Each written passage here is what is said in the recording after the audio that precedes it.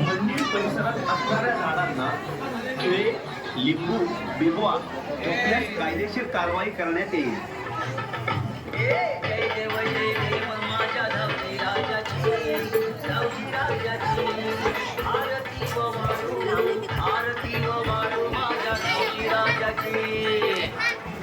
आपले दर्शन झाल्यानंतर मंदिर परिसरामध्ये जास्त वेळ बसू नये किंवा थांबू नये.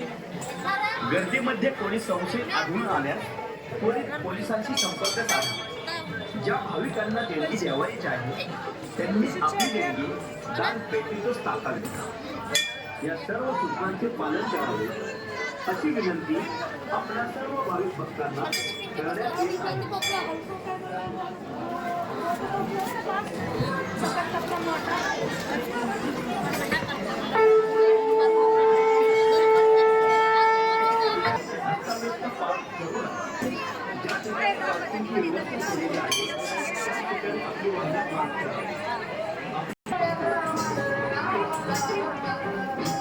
बोलेडा घ्यायचा देव नीट धर. महादेवच्या नावाचा चांग भले.